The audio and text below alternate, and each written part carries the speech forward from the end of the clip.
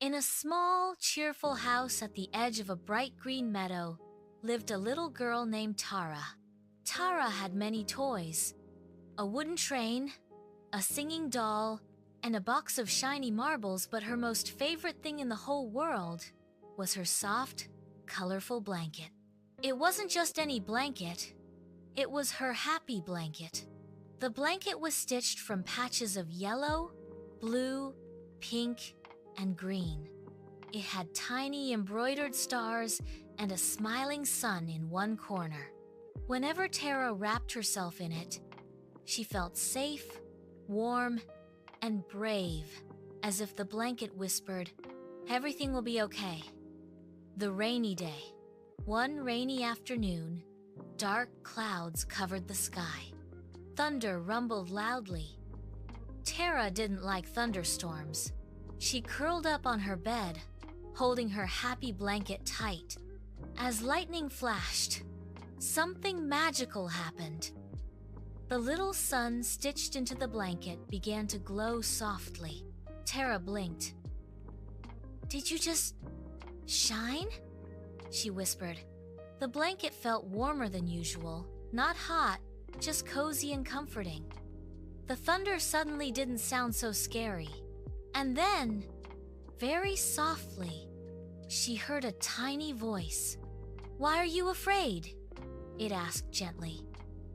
Tara looked around. "Who said that?" "I did," said the blanket. "I'm your happy blanket." Tara's eyes grew wide, but she wasn't scared. The voice was kind and warm, just like a hug. "The blanket's secret?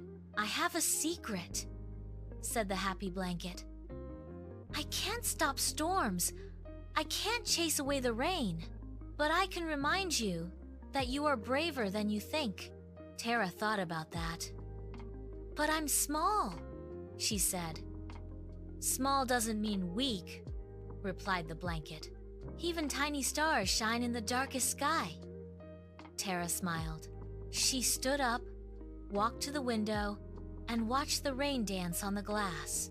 The thunder still rumbled, but it no longer felt like a monster. It felt like a drum in a faraway parade. The big test. A few days later, Tara had her first big school performance. She had to stand on stage and recite a poem in front of everyone. Her tummy felt twisty and tight. "What if I forget the words?" she worried. That morning, she wrapped the happy blanket around her shoulders before leaving for school. "You don't need me on stage," the blanket whispered. "You carry happiness inside you." Tara took a deep breath. At school, when she stood under the bright lights, her knees trembled for a moment.